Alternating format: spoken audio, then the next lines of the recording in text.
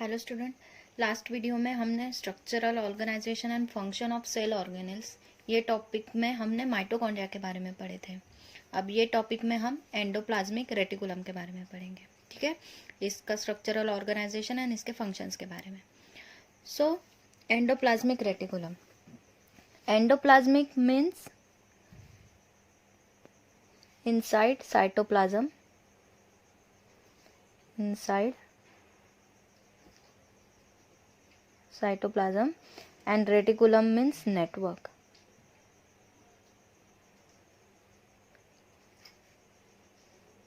ठीक है, तो साइटोप्लाज्म के अंदर जो नेटवर्किंग है, ठीक है, एक टाइप की नेटवर्किंग है, उसी को ही हम क्या बोलते हैं, एंडोप्लाज्मिक रेटिकुलम। सो हमने ऐसे सेल में देखे थे,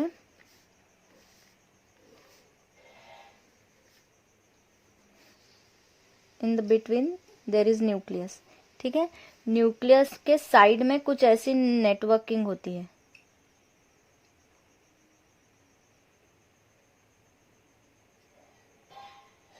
ओके, न्यूक्लियस के साइड में ऐसी कुछ नेटवर्किंग होती है, यही नेटवर्किंग को हम क्या बोलते हैं, endoplasmic reticulum. So it extended from nucleus to cell membrane, it extended from nucleus to cell membrane, extended होता है यहाँ से लेके यहाँ तक। तो मैं एक बार आपको इसकी प्रॉपर डायग्राम बता देती हूँ। So this is the diagram of the endoplasmic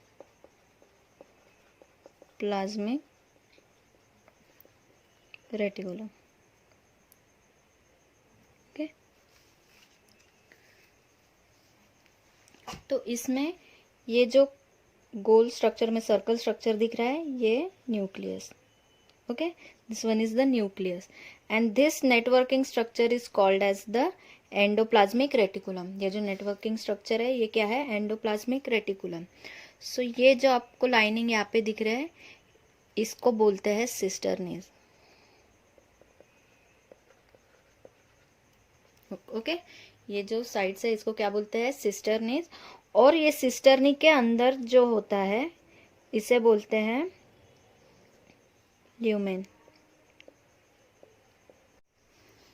और सिस्टर्नल स्पेस, सिस्टर्नल स्पेस। तो एंडोप्लाज्मिक रेटिकुलम के दो टाइप होते हैं। ठीक है, एक होता है rough endoplasmic reticulum, that is the RER, rough endoplasmic reticulum, and smooth endoplasmic reticulum, that is the SER। ठीक है, तो रफ और स्मूथ में क्या डिफरेंस है, तो जो भी नेटवर्किंग या फिर जो भी एंडोप्लाज्मिक रेटिकुलम बिल्कुल न्यूक्लियस को लग के होगा, वो हो गया rough endoplasmic reticulum. So why it is called as the rough endoplasmic reticulum, because here the ribosomes are present. Okay, इनके अंदर राइबोसोम्स प्रेजेंट होते हैं। अब ये राइबोसोम्स कैसे प्रेजेंट होते हैं, हमने न्यूक्लियस में पढ़ा था कि न्यूक्लियस के इनसाइड में न्यूक्लियोलस होता है। ठीक है, तो ये न्यूक्लियस क्या करता है, it makes the ribosome. Okay, ये क्या करता है, न्यूक्लियोलस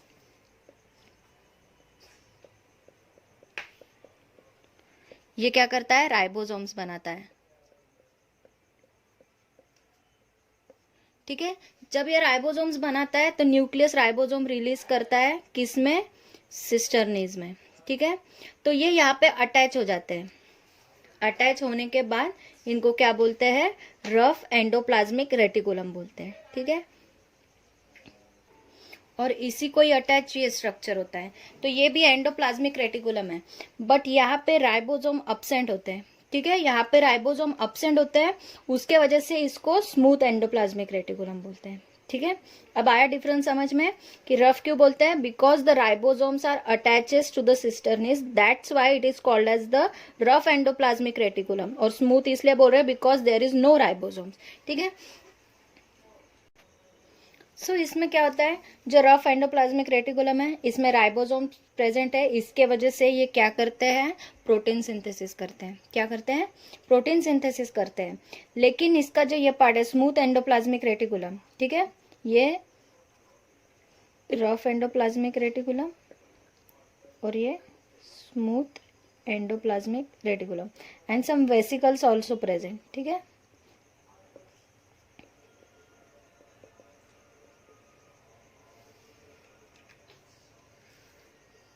तो जो स्मूथ एंडोप्लाज्मिक रेटिकुलम क्या करते हैं, they do not participate in the protein synthesis.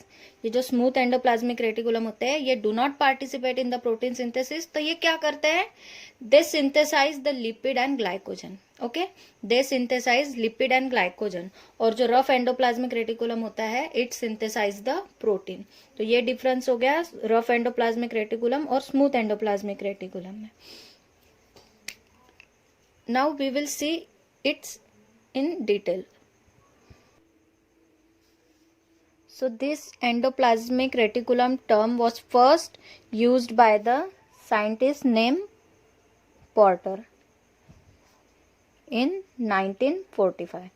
Okay, this was first introduced, or it was first used, this term used by the scientist Porter in 1945. This endoplasmic reticulum occurs in the cell eukaryotic cell except in the erythrocytes of mammal. Okay, this endoplasmic reticulum occurs in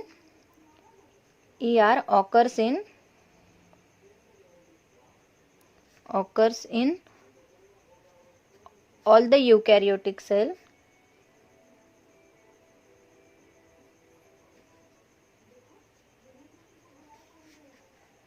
except in erythrocyte, that is the RBCs that contain the oxygenated and the hemoglobin to the blood.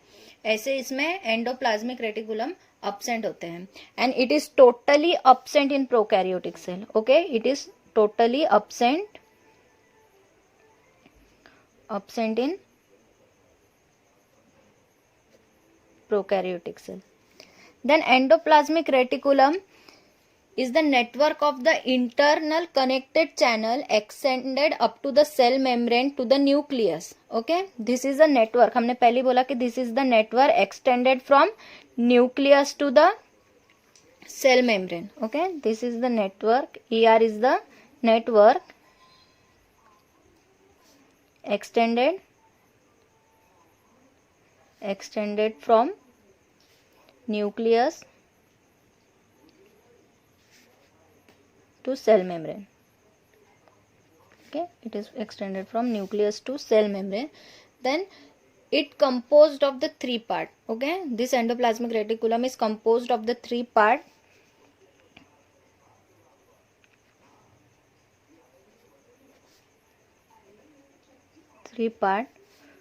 That is the cisternae, vesicles and the tubules.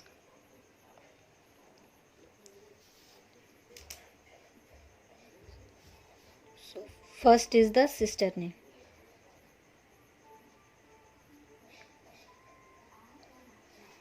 Okay, this networking like structure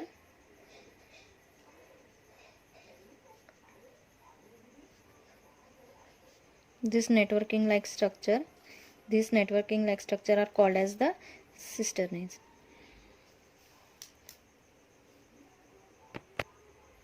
So these cisternaes are the elongated,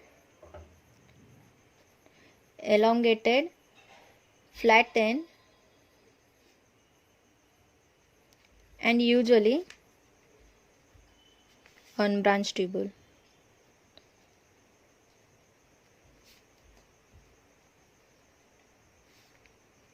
Vesicle. Okay, it is the elongated. ये elongated है, flattened है and usually unbranched. इसकी कोई भी branch नहीं है, ठीक है। यहाँ से जैसे कि ये ऐसा ऐसा ऐसा ऐसे टाइप से नहीं है. It's like only a tube like. Okay, tube like unbranched vesicle. Then they form a successive layer around the nucleus. Okay, they form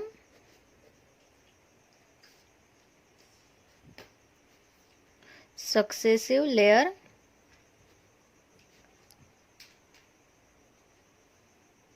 around the nucleus. ठीक है, न्यूक्लियस के साइड में ये ऐसे लेयर फॉर्म कर रहे हैं, इसलिए क्या बोल रहे हैं कि they form the successive layer around the nucleus and they are found actively busy in the protein synthesis. Okay, they are found actively busy in protein synthesis.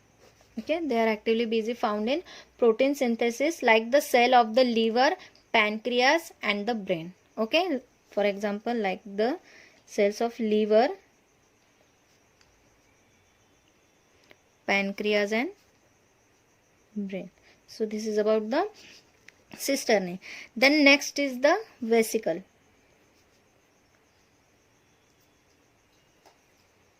So what are the vesicles? The vesicles are the round, spherical and oval shape. आप इसमें देखोगे ऐसे type से कुछ structure present रहेगा. Okay, this are the cisternae and this round shape structure are called as the vesicle. So they are round, spherical or oval shape. Okay, ऐसे कुछ round like structure दिखेगा एंडोप्लाज्मिक रेटिकुलम के side में. Then they are suspended in the cytoplasm near the cisternae. Okay, they are suspended in cytoplasm near the cisternae. ये आप देख रहे हैं कि cisternae के साइड में यहाँ पे साइटोप्लाज्म में प्रेजेंट है. Then they are abundant in cell, busy in the synthesis of protein. Okay, they are busy in the synthesis of protein. They synthesize the protein. Okay, protein synthesize करते हैं and can be seen in the liver and the pancreatic cell. Okay, and can be seen in the liver and pancreatic cell. Then next is the tubule.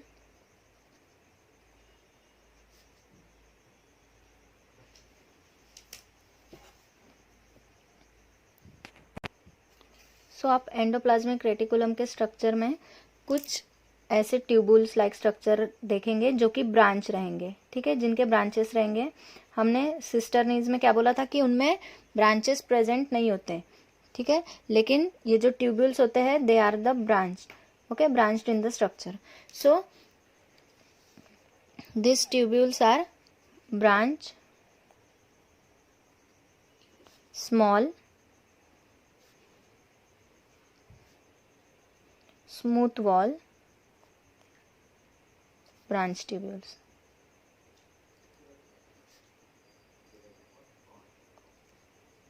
From the reticulum, endoplasmic reticulum system along with the cisternae and vesicle. Okay, ये cisternae और vesicle के साथ में ही ये present होते हैं. And they are almost found in all the cells. Okay, they are almost found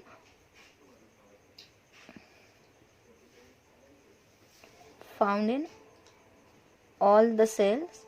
For example, liver, pancreas and in brain also. Then this occurs in the cell that are busy in the synthesis of steroid like the cholesterol, glycerides and hormones. इसके पहले हमने सिस्टरनीज में और vesicle में देखे थे कि they both are busy in the synthesis of protein. ठीक है, ये दोनों भी प्रोटीन सिंथेसिस में बिजी थे. This tubules are busy in the synthesis of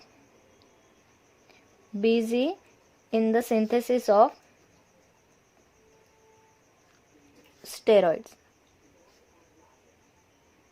Okay, which steroid? Like cholesterol,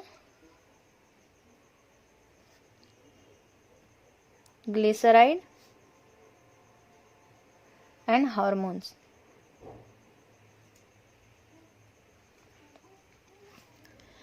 Then the type.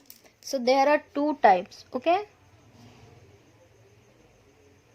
Types of endoplasmic reticulum. So first is the rough endoplasmic reticulum,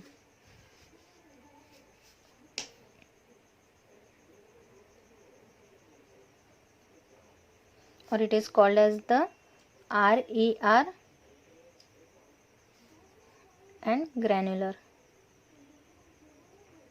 endoplasmic reticulum भी बोलते हैं, ठीक है। Rough endoplasmic reticulum को RER and granular endoplasmic reticulum. So granular क्यों बोल रहे हैं? Because the ribosomes are present, that why it is called as the granular endoplasmic reticulum. So they are the rough because they are rough because ribosomes are attached to the membrane, ठीक है। Rough क्यों बोल रहे हैं? Because the ribosomes are attach and ribosomes play a vital role in the process of the protein synthesis. Ribosome क्या करता है? Play a important role in protein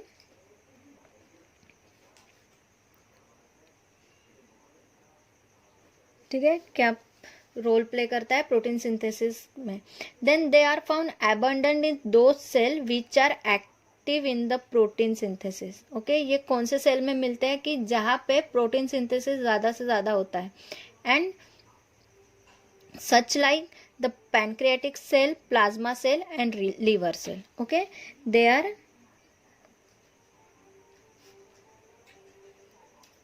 found abundant in those cells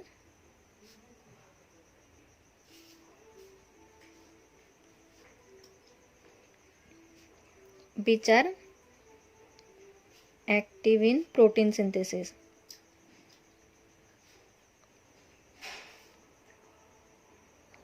Okay, for example कौन से हैं?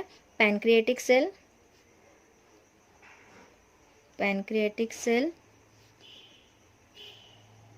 Plasma cell and liver cell, ठीक है। कुछ nucleus से इनका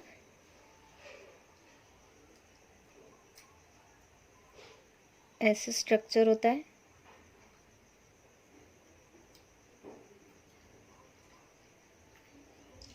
and the ribosomes are attached to it. Then next is the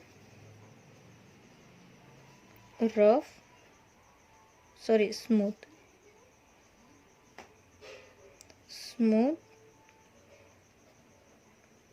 endoplasmic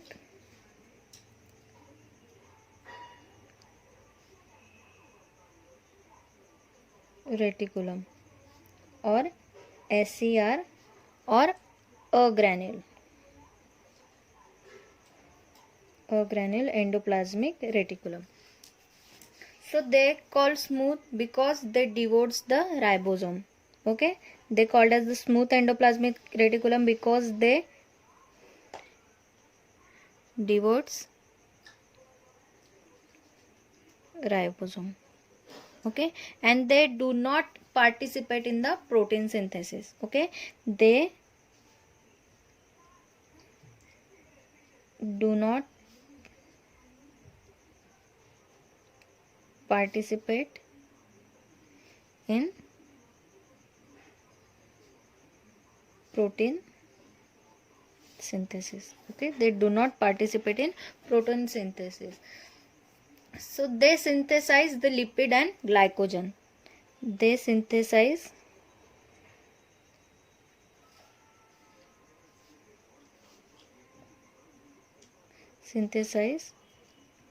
lipid and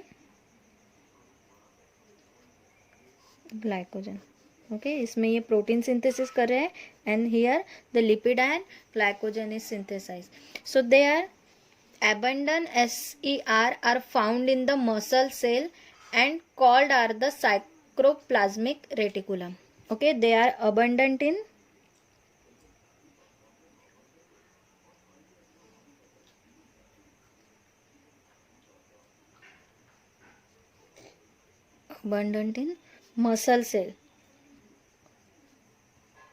muscle cell and are called as sarcoplasmic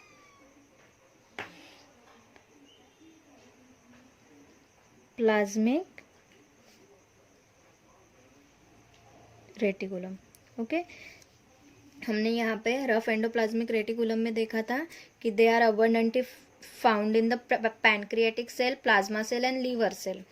okay, लेकिन ये जो है ये लिपिड और ग्लाइकोजन सिंथेसिस कर रहे हैं, इसके वजह से ये कहाँ ज़्यादा प्रेजेंट है? They are present in the muscle cell. Okay, they are present in the muscle cell and called as the sarcoplasmic reticulum. So ये अबंडेंटली मसल सेल्स में प्रेजेंट है, इसके वजह से they help in the muscle contraction. Okay, help in the muscle contraction and they also produces hormones. Okay, ये hormones produce करते हैं, for example steroids. ठीक है, तो ये हो गया स्मूथ एंडोप्लाज्मिक रेटिकुलम के बारे में. Now the function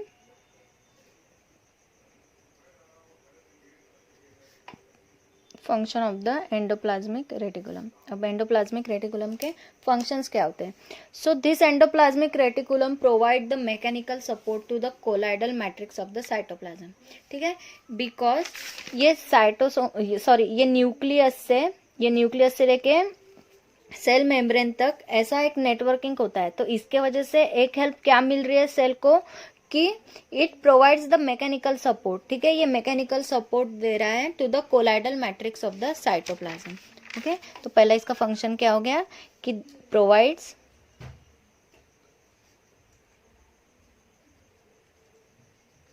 mechanical support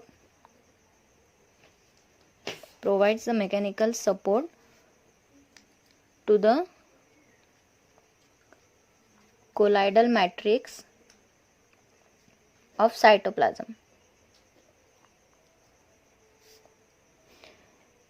It acts as a cytoskeleton through the cytoplasm. ठीक है, ये मैकेनिकल सपोर्ट दे रहा है इसके वजह से कि it's act like a,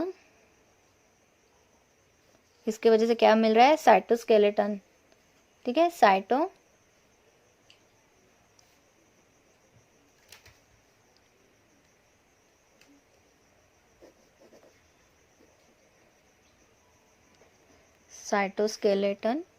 through cytoplasm.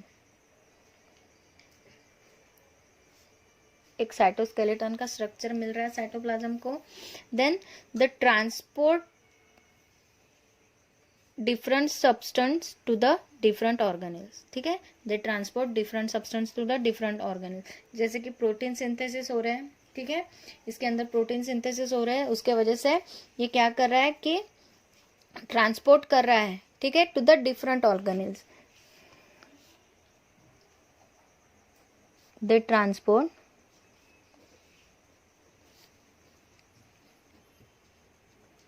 Different substances. ठीक है, such as protein, steroid.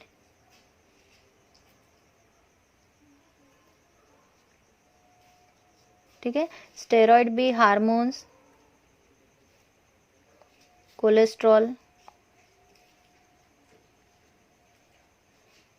ठीक है, ये सब ट्रांसपोर्ट कर रहा है to the different organelles.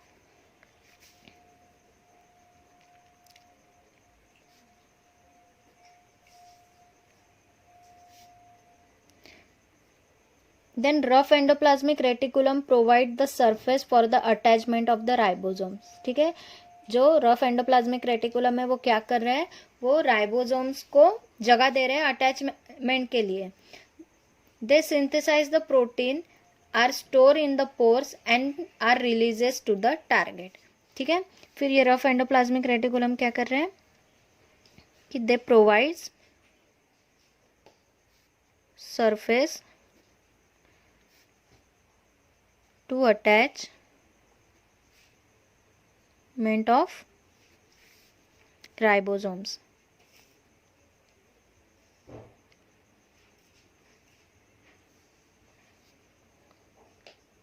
And then when the protein is finally synthesized, जब राइबोसोम फाइनली सिंथेसाइज हो जाता है उसके बाद क्या करते हैं कि they store in the pores and then they are releases to the target. Okay, so when the ribosome makes protein,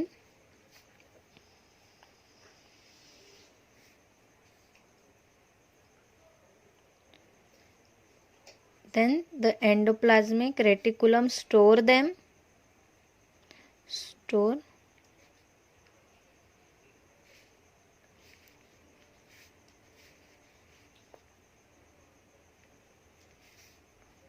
and releases to the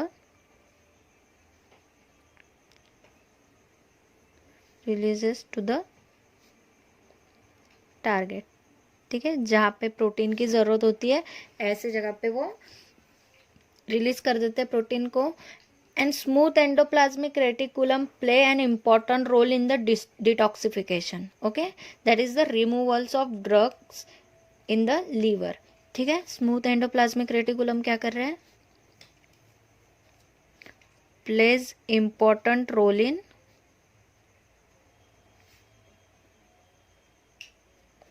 detoxification.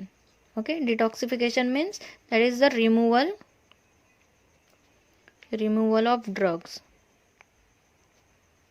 ठीक है, बॉडी को डिटॉक्सिफाई कर रहे हैं इन द लीवर. ठीक है, इन द लीवर.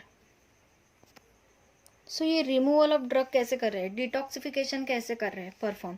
तो ये डिटॉक्सिफिकेशन के लिए क्या करते हैं smooth endoplasmic reticulum, they adds the OH group. Okay, they adds the OH group and make it the water soluble. ठीक है, उसको वाटर सोल्यूबल कर देते हैं, उसके वजह से वो easily excrete. Okay, easily excrete होता है out. Okay, so this detoxification how this is occur. तो ये क्या करते हैं कि smooth endoplasmic reticulum addition of OH group. ठीक है, OH ग्रुप ऐड होने की वजह से क्या हो रहा है कि they make the substance as a water soluble, और वाटर सोल्यूबल हो रहा है इसके वजह से they can easily, okay, hence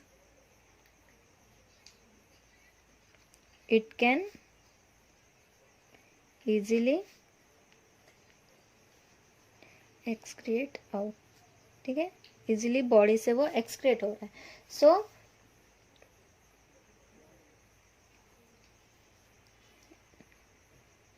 that it is convert the harmful substance to the harmless for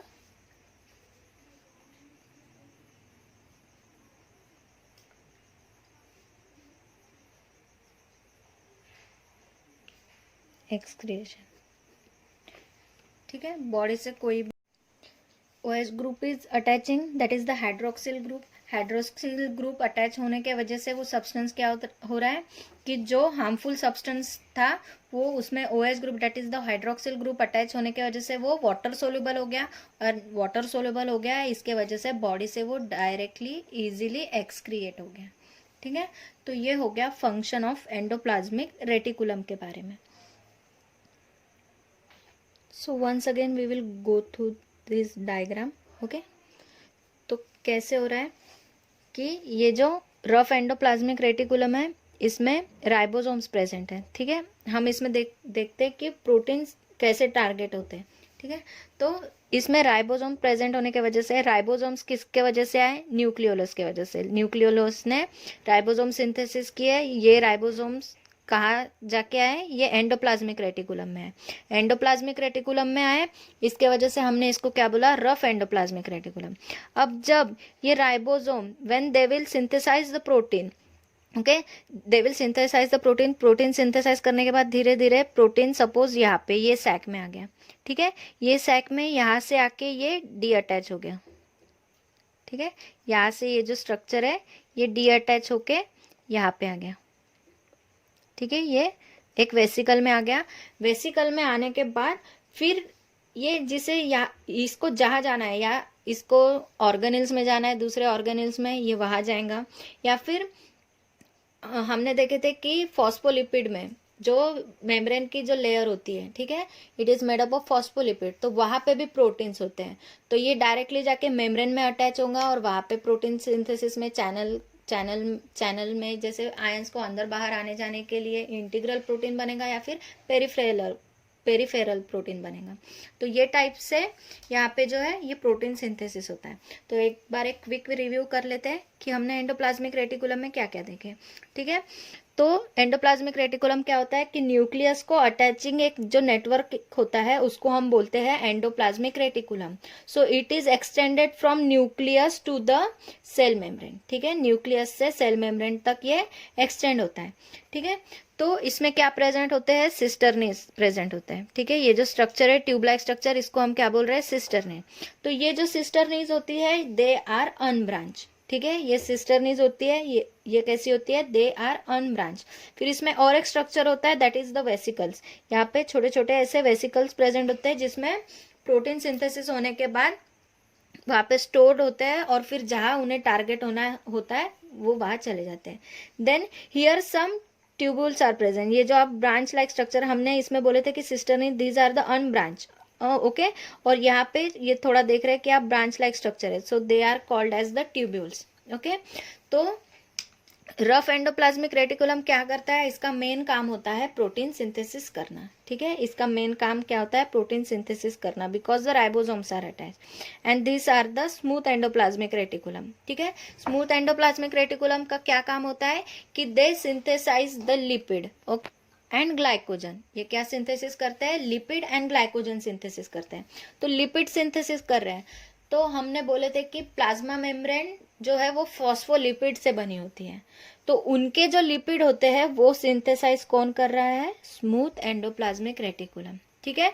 इनका और एक काम होता है कि ये मसल सेल्स में अबंडेंस में प्रेजेंट होते हैं, तो उसके वजह से क्या होता है कि मसल्स का कॉन्ट्रैक्शन में ये हेल्प करते हैं, ठीक है। And they also produces the hormones, okay. So this is all about the endoplasmic reticulum. अब नेक्स्ट टॉपिक में हम पढ़ेंगे गोल्जी एपरेटर्स या फिर गोल्जी कॉम्प्लेक्स के बारे में। So thank you so much.